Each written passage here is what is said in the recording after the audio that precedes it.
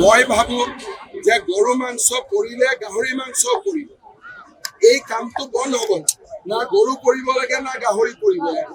আৰু সেইটো কাৰণে আমাৰ যিটো গৰুৰ মাংসত যিটো আমি ৱেপনাইজ কৰিব খুজিছিলো 2000 যে হিন্দু মানুহ আঁতৰি যাবৰ কাৰণে গৰু মাংস থৈ দিম, হিন্দু আঁতৰি যাব। এতিয়া আমি ভাবি চাব লাগিব যে গাহৰি মাংস থৈ দিলে মুছলমান মানুহ আঁতৰি যাব। সেইকাৰণে আমাক গৰুৰ মাংসও নালাগে, গাহৰি মাংসও নালাগে, নামঘৰতো মাংস পৰিব নালাগে, মছজিদতো মাংস পৰিব নালাগে।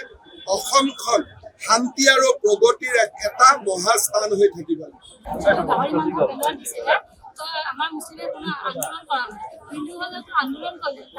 আৰু আন্দোলন কৰিব আজি সেইটো আপুনি কেনেকে গেৰেণ্টি দিব? কোনেও কৰিব নোৱাৰে। এটা দুটা পৰক আন্দোলন হ'ব, নপৰিলেও আন্দোলন হ'ব। মই কম গৰু মাংস পৰিলেও আন্দোলন হ'ব লাগে, গাহৰি মাংস পৰিলেও আন্দোলন হ'ব। ডেফিনেটলি আমি কাকোৱে আইন অমান্য কৰিব নিদিওঁ, কিন্তু অসমত বাৰে বাৰে যিবিলাক ঘটনা ঘটি আছে তাৰ কাৰণে মানুহ বহুত অসন্তুষ্ট হৈ আছে। সেইকাৰণে মই ভাবো যে কোনো পক্ষই আইন হাতত ল'ব নালাগে। I think this is the 16th flyover, 14th flyover. মই ভাবো যে গৰু মাংস পৰিলে গাহৰি মাংস পৰিব। এই কামটো বন্ধ হ'ব না গৰু পৰিব লাগে না গাহৰি পৰিব লাগে। আৰু সেইটো কাৰণে আমাৰ যিটো গৰুৰ মাংসত যিটো আমি ৱেপনাইজ কৰিব খুজিছিলো 2000 যে হিন্দু মানুহ আঁতৰি যাবৰ কাৰণে গৰু মাংস থৈ দিম, হিন্দু আঁতৰি যাব। এতিয়া আমি ভাবি চাব লাগিব যে গাহৰি মাংস থৈ দিলে মুছলমান মানুহ আঁতৰি যাব। সেইকাৰণে আমাক গৰুৰ মাংসও নালাগে, গাহৰি মাংসও নালাগে, নামঘৰতো মাংস পৰিব নালাগে, মছজিদতো মাংস পৰিব নালাগে।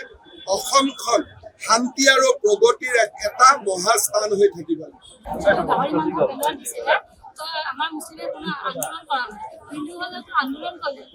আৰু আন্দোলন কৰিব আজি সেইটো আপুনি কেনেকে গেৰেণ্টি দিব? কোনেও কৰিব নোৱাৰে। এটা দুটা পৰক আন্দোলন হ'ব, নপৰিলেও আন্দোলন হ'ব। মই কম গৰু মাংস পৰিলেও আন্দোলন হ'ব লাগে, গাহৰি মাংস পৰিলেও আন্দোলন হ'ব। ডেফিনেটলি আমি কাকোৱে আইন অমান্য কৰিব নিদিওঁ, কিন্তু অসমত বাৰে বাৰে যিবিলাক ঘটনা ঘটি আছে তাৰ কাৰণে মানুহ বহুত অসন্তুষ্ট হৈ আছে। সেইকাৰণে মই ভাবো যে কোনো পক্ষই আইন হাতত ল'ব নালাগে। I think this is the 16th flyover, 14th flyover. যিকোনো খবৰৰ বাবে যোগাযোগ কৰক 7099017330 লগতে 7099017110 নম্বৰত।